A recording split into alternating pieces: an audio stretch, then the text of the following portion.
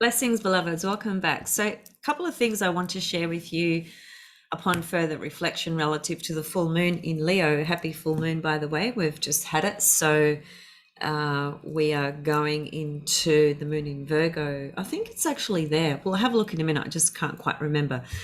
Some interesting discoveries. So, I've been looking at the Canadian president's chart. What's his name? Justin Trudeau. Very, very fascinating insights that I'd like to share with you. So I'm looking at the full moon relative to where is it in his chart. There's two fixed stars that are actually conjunct the full moon, or the full moon is conjunct the fixed stars. One is Regulus, which is a very, very, very well-known, royal star. It is a star of magnificence and brilliance, but when it goes pear-shaped, it really goes pear-shaped. I'll read you some comments actually from one of my favorite books. This is really, honestly, it is the best book written on the fixed stars, in my opinion. Okay, this is an Australian guy. His name is Roderick Kidston. If you really want to explore the journey of fixed stars, because we all have different planets in our chart that would be aligning with very specific fixed stars, and it's really worth learning about them because they hold such beautiful archetypal stories that you otherwise wouldn't get just from looking at the planets in your chart, for instance. And some of these fixed stars could just reveal real sort of treasures to you. In fact, I discovered one actually right on my Venus. I just discovered this yesterday. I was just flicking through and having a look at some of this, and sorry, I'm sidetracking a bit, but this is really gorgeous, so I do want to share it. I found a fixed star right on my Venus.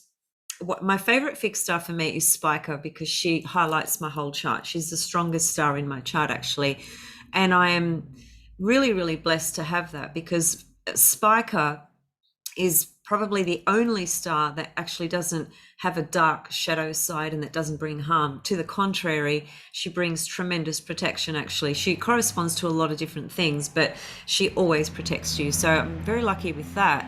And all of you who would have Spica emphasized in your chart, which would be a point where you have something at 23 degrees of Libra, right? I found another star on my Venus, and she corresponds to a swan constellation.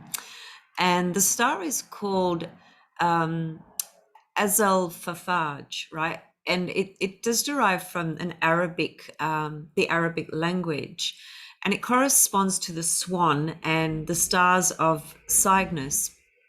And I mean, she describes a lot of different things. I'm calling her she because it's the tail of the swan, and I know swans can be male as well. But this star apparently corresponds to a feminine energy and archetype, and it's a star that brings a lot of care and nurture and compassion and empathy and creativity.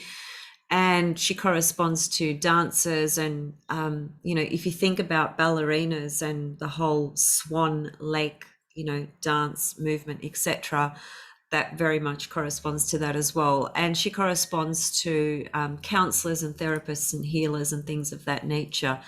And she's right on my Venus. And I firmly believe that I was a ballerina in my past life, and I've been a dancer my whole life, this lifetime as well. Not to the extent that I've wanted it to be from a professional level, because my life path and destiny was to be working with astrology, but nevertheless, I've always maintained a passion and a practice with dance. And having this star on my Venus, which is in Pisces, really just accentuates and emphasizes the whole swan thing, feminine thing, dance, etc. Because Venus is the goddess of dance, you could say, and especially in Pisces, because she rules the feet as well. And the whole Venus in Pisces swan thing is just accentuated with this particular fixed star. I was blown away when I saw this. I thought, wow, that just describes so much about who I am and what my life has been about. So moving away from me, I just wanted to share that because it is a little discovery that even, I have been working with astrology for over 25 years and I'm still always discovering new things about myself and about my own chart. And that's the one thing that I really, I really love from the deepest part of my heart and soul about the teachings and the wisdom of astrology and all the myriad of facets that we can explore it. It's an infinite ongoing journey. You never stop learning with it in the same way we never stop learning with life. But the thing about astrology is that it never ceases to amaze me. The consistency of being amazed and dazzled and blown away is always there, whereas life is going to take you through, ups and downs, in betweens and indifferences and so forth. But astrology is the one thing that has been consistent in my life to never leave me feeling disappointed or that it's not working or that I'm not learning or growing or that I'm not discovering. It's just a constant, and I'm just so in love with these teachings. Okay, so moving on to Justin. All right, I'm going to talk a little bit about those two fixed stars, Regulus and Alphard. They are the two stars that were joined with this full moon in Leo, and Regulus is the lion heart, and Alphard connects to Hydra, right? And Hydra has a really dark, a dark side, a very dark myth and correspondence and archetypal energy to her. But Roderick gives quite a interesting perspective and analysis of both Regulus and Alphard, which is connected to Hydra. And I'll touch on those in a moment. But what I want to show you first, which is just freaking mind blowing, really. I love it. I love it. Okay, so you all probably remember, if you follow me and watch me, that I have mentioned on numerous occasions that when it comes to politicians, typically what I have seen over and over and over and over and over again is they always end up having a Mercury-Neptune aspect. Typically, it's a conjunction, square, or opposition, okay? And I've said that this is the archetypal signature for politicians because politicians are basically liars. I know that maybe that sounds a bit harsh, and maybe there are some that are more honest than others. I understand all of that. But in my experience, what I have seen, the majority of them do lie. Okay. And that's not a biased opinion or some personal perspective. That's an observation based on their actions, right? And their words. So here it is here, Justin Trudeau has a Mercury-Neptune conjunction. Okay, so there's just another example of a bullshit artist, okay, basically, to put it simply. Now, what's even more interesting is that there is an asteroid called Lie, as in lying, liar, right? Lying, dishonesty. That asteroid in his chart, okay, is at the midpoint of his sun and moon. Now, that is a pretty big deal. A midpoint of the sun and the moon in your chart encapsulates your core identity, sun, and your habitual nature, moon. And what does he have there? He has an asteroid called Lie. So he has a double signature of the lying, of things that point to being a liar, dishonest in his chart, right? Through Mercury, Neptune, and through an asteroid called Lie. I mean, it doesn't get more literal than that. All right. So I found that really amusing, actually. And again, I'm just demonstrating the power of midpoints and the power of asteroids. Okay. Never underestimate the power of asteroids and midpoints for that matter. Now, these fixed stars that were aligning with the moon, or the moon rather was aligning with those fixed stars, happened to be in his 12th house, very close to Ceres, Okay, and so the full moon landed in his 12th house as well. But more importantly, these fixed stars, let me see,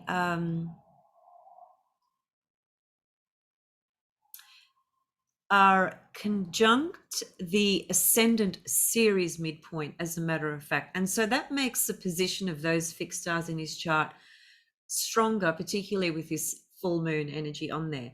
The fact that they're in the 12th house, it can be very difficult to interpret and analyze, but from the point of view of them being hit off by something, such as the full moon at the moment, then we can see the unfoldment of the energies of these stars and what they can potentially produce. And you know, the Alphard Hydra one is a really nasty one. When it's operating at that nasty level, it's really, really dark material. Okay, I'll read to you some of the comments, so where we can take from it some components that are actually more positive, for lack of a better word, that actually do assist us in our own emotional growth, because it has got to do with at a higher level, it has got to do with things being revealed to us, particularly with our own emotional,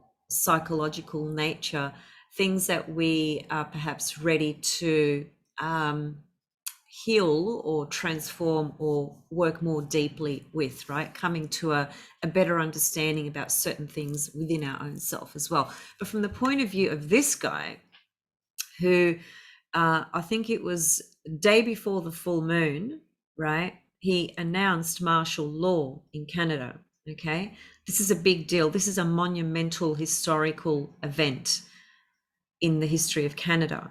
And he's been the one that has enacted and instigated these laws, which are, you know, they are basically, he enacted the Emergency Act laws, okay? And they are obviously different in different countries and so forth, but they are emergency laws which give him tremendous power, to the point where he's through those powers, he's able to control people's money and monies, to the point of even digital money as well. So that, I mean, that is, you know, that is going to the extreme. That is just completely vicious behavior, right?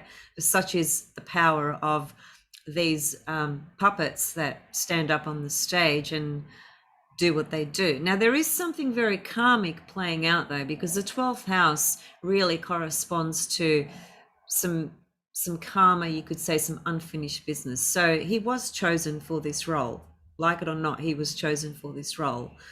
The other interesting things about his chart from the point of view of activations relative to the current circumstances and events, the Venus star point that we just had on the 8th of January, right, of 2022, is actually conjunct the Sun North Node midpoint in his chart. Okay, that's a really powerful midpoint. Sun North Node, again, that's his identity. The North Node is what he's here to do. All right, and so the Venus star point, which is in Capricorn, activated the Sun North Node midpoint. Furthermore, last year, which is not too long ago, the Aries star point that we had was actually opposite opposite his Pluto in his chart, and also conjunct his Mars. Okay, so he's had two very powerful activations through two Venus star points sequentially, one in 2021 and one in 2022, with very powerful points and planets in his chart. And if you think about these three planets that have been activated through the Venus star points, Mars, Pluto, Sun are all considered power planets. Power. Okay. And so here we have an individual really amplifying the position of power that he has through what he can do. And that's exactly what he has done, right? So I just wanted to show you again the power of Venus star points when they activate things in people's charts, and particularly, you know, someone of this caliber with this level of power and authority, and how he is using it, right? So two Venus star points, We've got the two fixed stars at the midpoint of his ascendant and Ceres. I'd be interested to see what's going to come of this, because Ceres implies loss.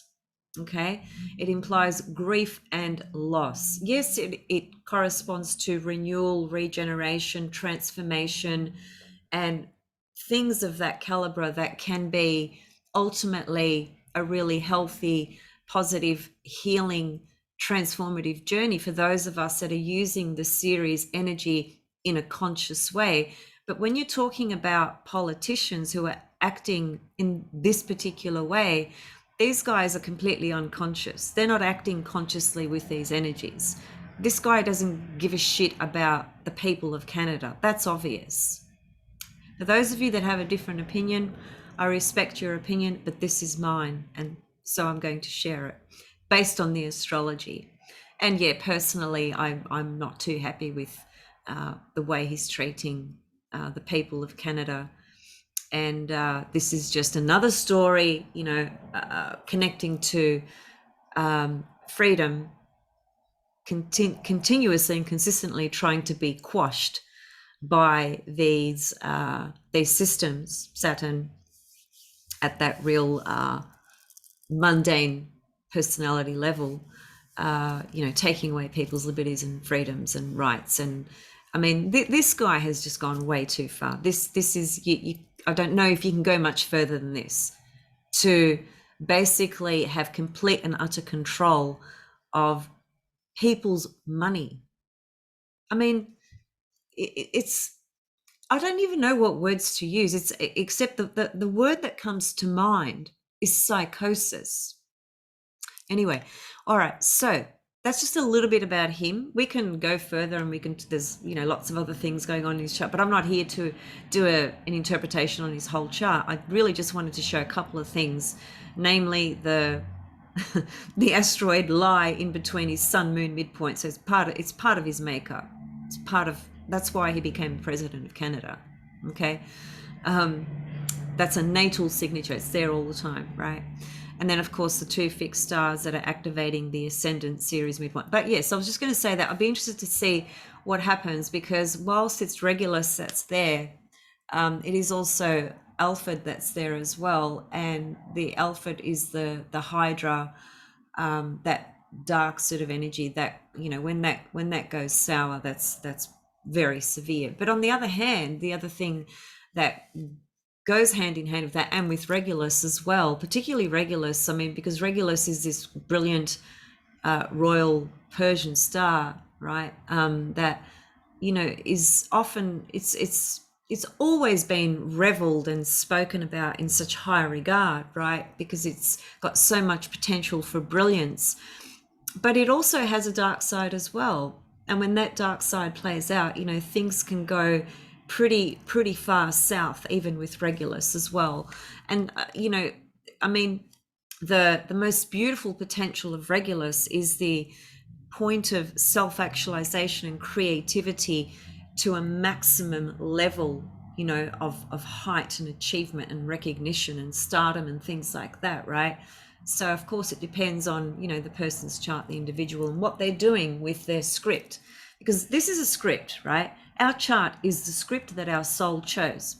And the point of true consciousness and alignment is actually being in touch with the script that your soul chose to play out. And that's a different script for all of us, right? So let me just read you a little bit about Alfred. Okay, so it's the astronomical designation is Alpha Hydrae, Hydrae, and the name and position. So Alfred is the alpha star of the constellation Hydra, the diabolically toxic water serpent of Greek myth.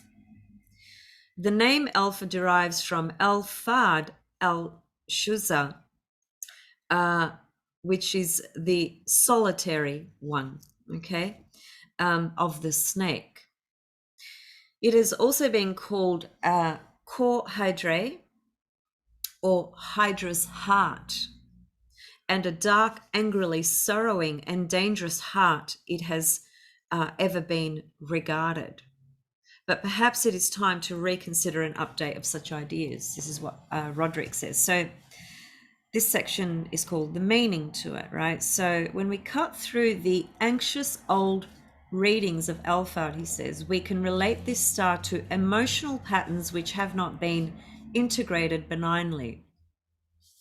This can create poison on many levels, especially poisoned relationships, and its spasms of aggressiveness can contribute to victim power plays. For those with a more skillful approach, Alfred gives a profound insight into human nature and wide understanding, hard won by overcoming any difficulties or sorrows which arise. It can also promote artistic gifts and vividly individualistic self-expression. So they're the positive things that we could take away from this Alfred Hydra star. But you can see the first comments that were made, toxic, poison, darkness, dark heart, and this has been activated in his chart, right, in his 12th house by the full moon in Leo, right at the midpoint of his ascendant, which is him, his soul, right, and Ceres. So I wonder if there's going to be some kind of loss or fall or grief that he encounters by the way in which he has chosen to enact the powers that he's been granted. It'll be very interesting to follow what takes place, right? Some further comments about Alfred. Perhaps the most challenging thing about Alfred is that it can create a sense of isolation. Another old title of this star was the solitary one, suggesting lack of support and having to cope all alone. But no one is ever truly alone, even if we feel there is no human help available. Do not neglect the power of prayer, he says. This is guardian angel time. And then he goes further and he just says it can be on a positive level, the Alpha star, which is aligning with the full moon in Leo, can connect to creative outlets with music, art therapy, anything that turns you on, he says, actually. And we're not talking about sexual stuff. We're just talking about what inspires you and turns you on in life creatively, like with your creative juice, right? And it is a very powerful start to really help you release trapped emotions, actually, he says.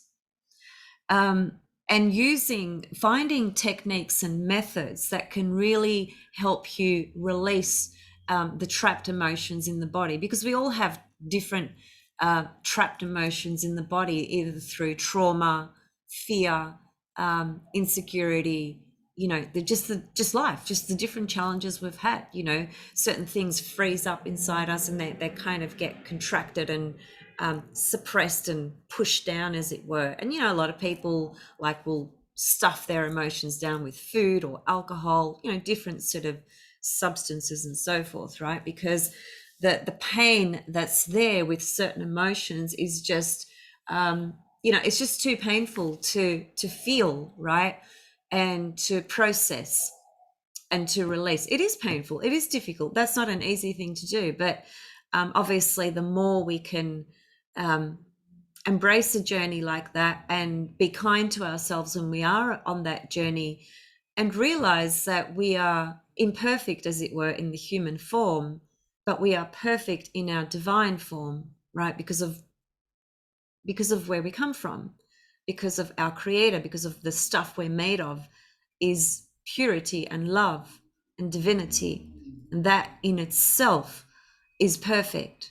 But we come into the physical sort of broken and fragmented, as it were, and there's nothing wrong with that, really, essentially. It is about understanding the different components of ourselves that are fractured, and instead of judging them, having more love and tenderness and kindness towards those components of ourself and our life, right? I mean, I love that quote by Leonard Cohen. There are cracks in everything, and it is through the cracks that the light enters. That is the most beautiful, beautiful expression, really. And it really nails it, doesn't it, with the human condition and the human experience, right, that we all have, which is challenging in so many different ways. So those are some of the thoughts around the Alphard star. It's a pretty dark sort of energy initially, if you like, but there is so much potential for healing around emotional trapped energy inside our own body that we are either not aware of because we've suppressed it, or just completely disassociated ourselves from it. We tend to disassociate from things that are too painful, too heavy, too difficult, too intense to sit with, and feel and confront and see, right? And so when we have these activations, they are little portals of an opportunity that helps us open up. And think about Regulus, which is also aligning with this full moon in Leo. Regulus is the lion heart, the full moon in Leo. We're talking about, and I've spoken about the full moon in Leo because I did a whole video, which is just before this one. So you can always go back and watch that to get just more information about the full moon in Leo. It's the heart, isn't it? It's the heart center, that the lion heart of courage to feel, you know, to just smash that heart open, and whatever cracks open, just let it be, let it be seen without judgment, So it's the courage to open our heart, right?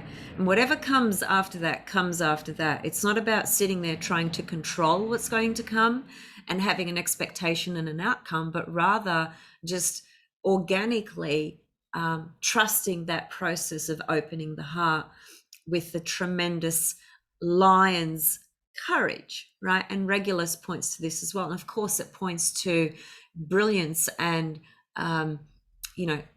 creative self-expression, self-actualized expression of the heart and things like that. Regardless of what the big picture is, regardless of all the other millions of things we're dealing with, because we're always dealing with something. That's life. Life is movement, life is experiences, life is change. Every now and then we might sort of stand still as it feels for a little while and, have a little soft kind of break, if you like. The universe gives us a little break and we're sort of chilled or more relaxed or a little bit more content till the next wave comes through, right? And then we have to take that ride, as it were, and and learn and grow. We don't grow by sitting still and standing still. I mean, nothing can actually stand still anyway. Everything is movement, energy. Everything is energy. Just like these symbols you see in this chart, they're only frozen for this instant of time for this individual's birth, but technically nothing stops moving, right? And just a couple of comments on Regulus. So, he says, for all its fabulous reputation as a great star in every sense of the word, Regulus can be challenging as well.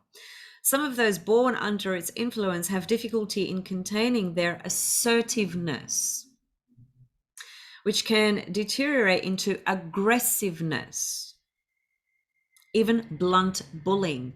Now, I see that as, even though Regulus in this guy's chart, it doesn't seem as a real standout thing, because in one way, it's not. We really want it, on the ascendant or on the sun or on the moon or Venus or Mars, the personal planets, right?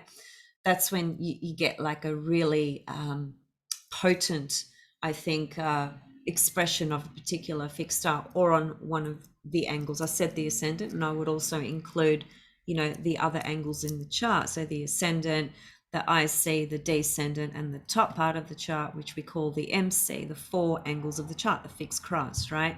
When you have a asteroid, fixed star, or a body on any of those angles, it's extremely powerful and important, for better or for worse. It just depends on the person, on the body itself, etc., right? So even though in this guy's case, Regulus is the thing that I give it weight, because it is at the midpoint of series ascendant. Ascendant is huge because the ascendant is based on what time the soul decided to incarnate into this body, into this world. That's what the ascendant is. That's how you get an ascendant. because of your time of birth. The sun's not based on your time of birth, the position of the sun.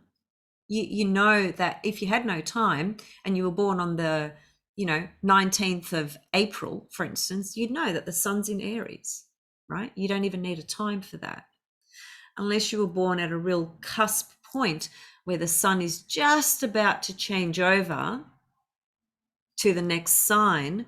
That's when it can get tricky with having no time of birth, because if you don't have a time of birth in that 24-hour period, if you don't know in where you were born in that 24-hour period at which time, and the sun's about to change into a different sign, well, that's a problem, right? Because you don't know.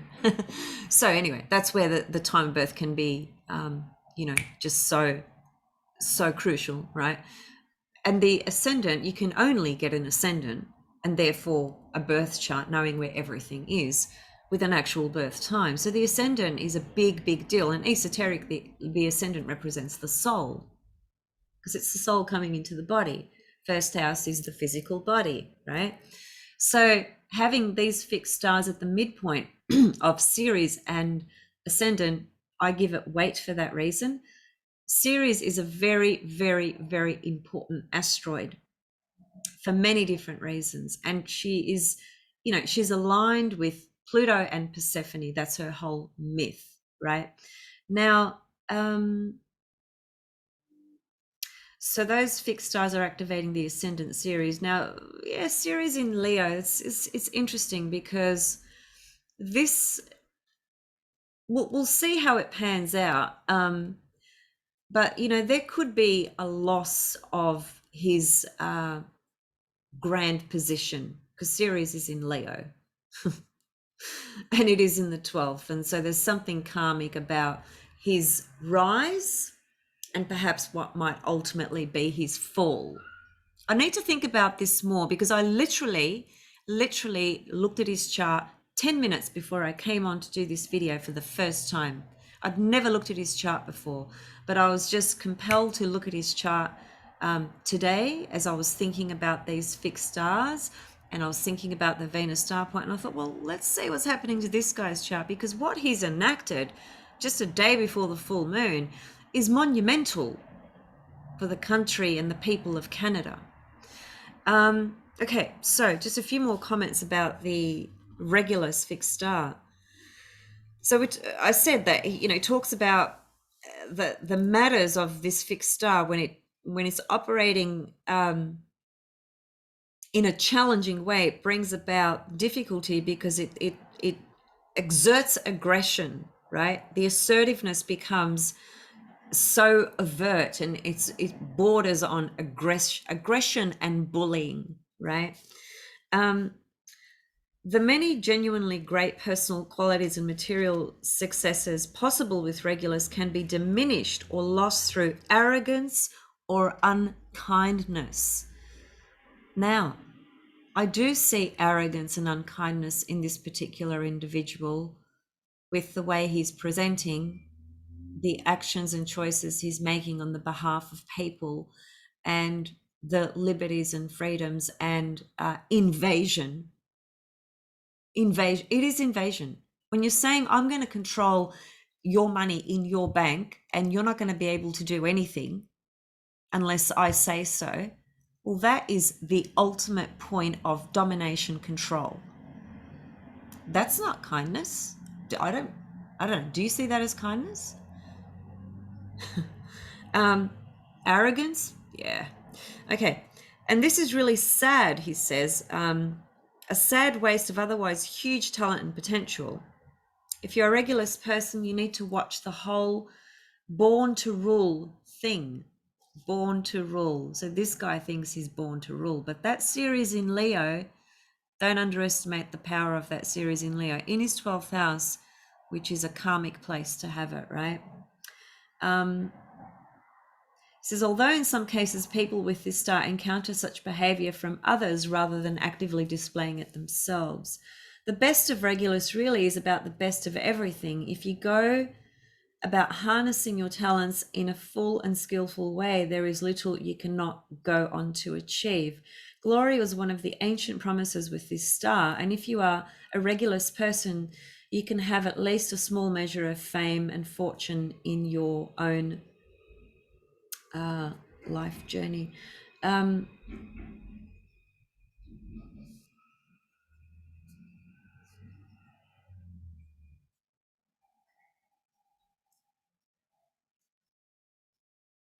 yeah, it just goes on further to say, if you're acting from that really arrogant uh, perspective or place, and he says,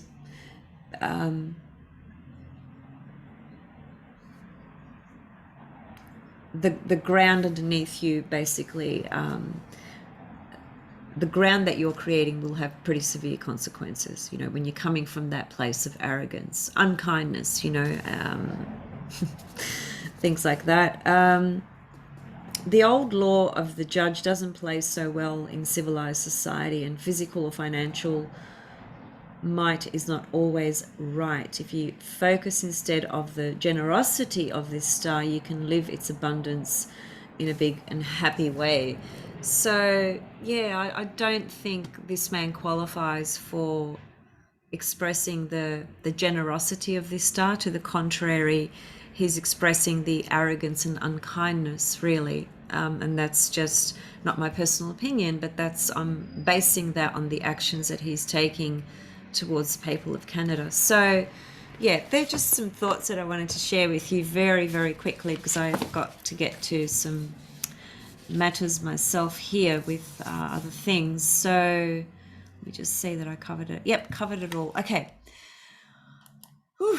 All right. So happy full moon, guys. Hope it's a beautiful energy for you wherever you are. I know there's some pretty difficult things going on. I've got people that I know personally around me that are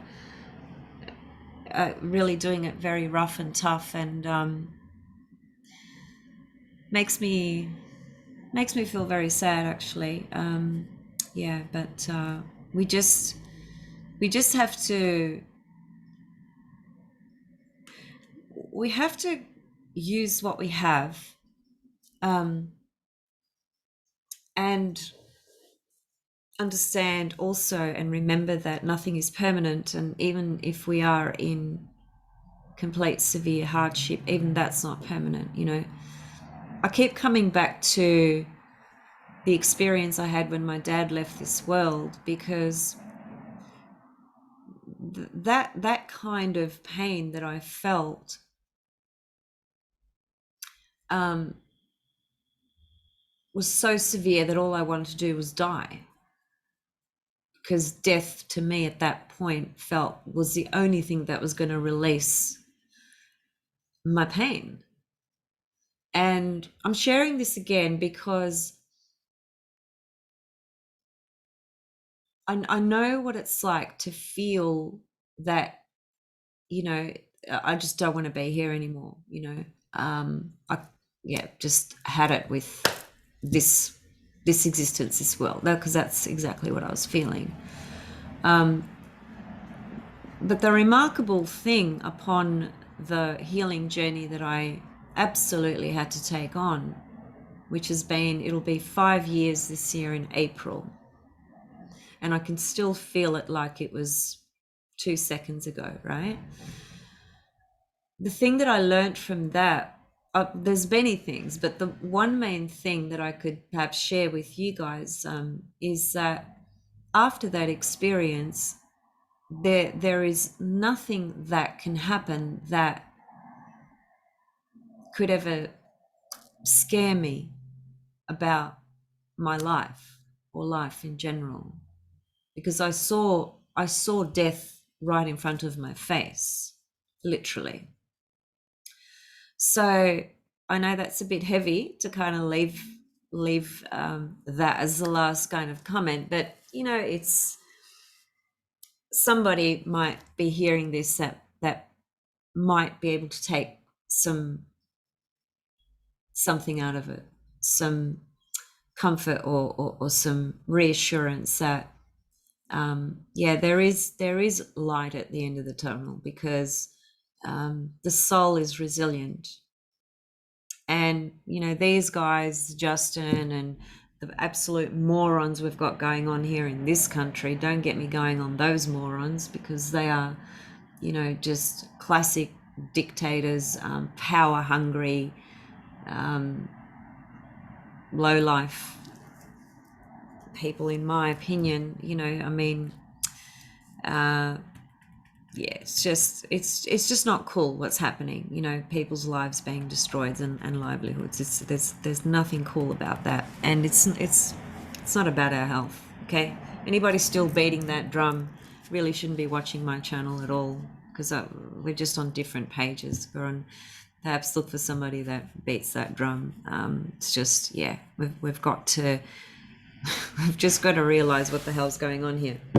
Okay, guys, I'm going to go, and I'm going to come back soon in a few days' time, because I want to talk about the sun ingressing into Pisces, and the approaching of the equinox, 21st of March, which is the true new year, of course. Sun's ingress into Aries, 0 degrees Aries, 0 cardinal, Aries being the first sign of the zodiac. It's a really important time. But even just the sun's movement into Pisces, because that's the solar energy, the light of our expression and who we are and our experiences, is coming to a closure, a completion. And so I want to talk about that relative to the backdrop of life, really. Okay, see you soon. Much love. Thanks for listening, and leave your comments and questions below. Email me directly if you want to have a reading or ask any questions. Okay, bye. Much love.